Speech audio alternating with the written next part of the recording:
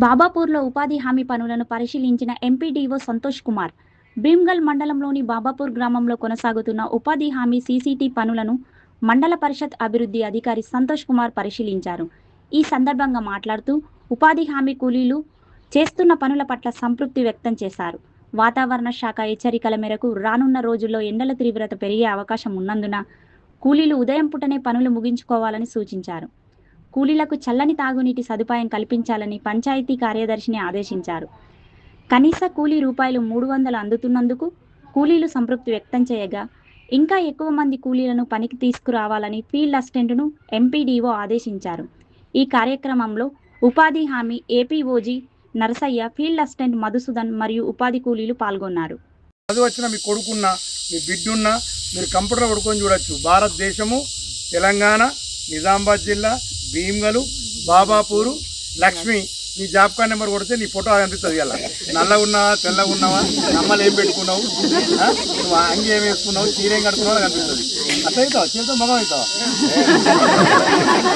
కాబట్టి నేనేమంటున్నా, దానివల్ల కొంచెం ఇబ్బంది అవుతుంది. కానీ తప్పకుండా ఎవరైతే పనికి వచ్చిర్రో మీ ఒక్క రూపాయి కూడా పక్కదారి పట్టడానికి అవకాశం లేకుండా ప్రభుత్వం మీకు చేసింది.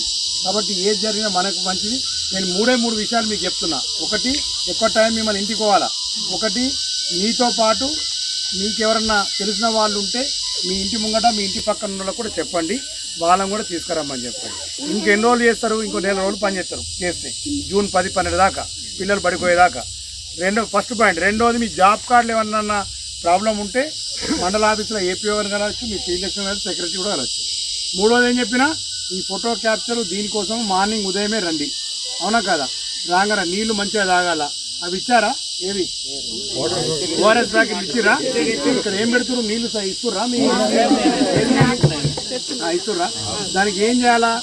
బారదాన ఉంటుంది కదా, మన వడ్లు జోకే బారదాన. ఆ బారదాన్ని కొంచెం ఓపిక మంత్రాలు, బీడీలో సంబంధించిన ఆకు బారదాన ఉంటుందా, దాన్ని 2 పొరలు ఉచ్చాల. ఉచ్చి మంచిగా గట్టిగా సూత్తని ఉచ్చి దాని మీద తాపు కోసం నీళ్ళు పోసాం అనుకో, నీళ్ళు ఎట్లుంటాయి? చల్లగా ఉంటాయి. అవునా కదా? నేను క్లోజ్ అవుతుంది. ఈ ఎంజీఎన్ఆర్జీఎస్ అంటారు కదా, ఈజీఎస్ అంటారు కదా. ఈజీఎస్ అన్నారు, కొత్తది వీపీజీ రామన్ ఉంటుంది. దానిలో ఈ 110 మంది వస్తే 110 మందికే వస్తుంది, ఇంకా మిగతా వేరే వాళ్ళకి రాదు. అందుకోసం మీరు ఏం చేయాలంటే, వెళ్ళిన తర్వాత మీతో పాటు వచ్చిన వాళ్ళు గతంలో ఉంటారు కదా పనికి, తప్పించిన వాళ్ళు ఉన్నారు. గతంలో వచ్చిన వాళ్ళు లేరా?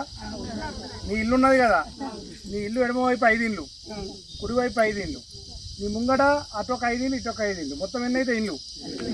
అప్పుడైతే లేరు వాళ్ళు, 20 ఇళ్ళు అవుతాయి.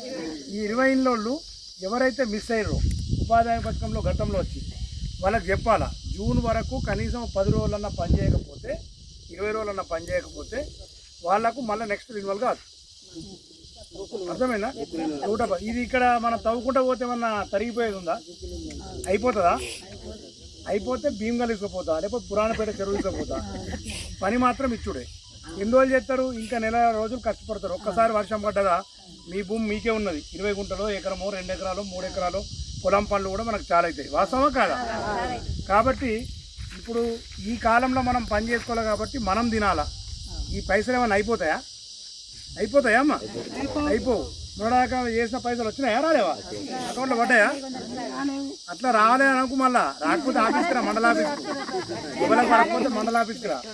రెండోది, నువ్వు తింటున్నావు కదా, వాళ్ళు కూడా తినాలంటే పని చేసుకొని తినాలి. మీరందరూ పాపం ఎండలు వచ్చి ఇక్కడ కూర్చుండి ఈ పని చేస్తున్నారు.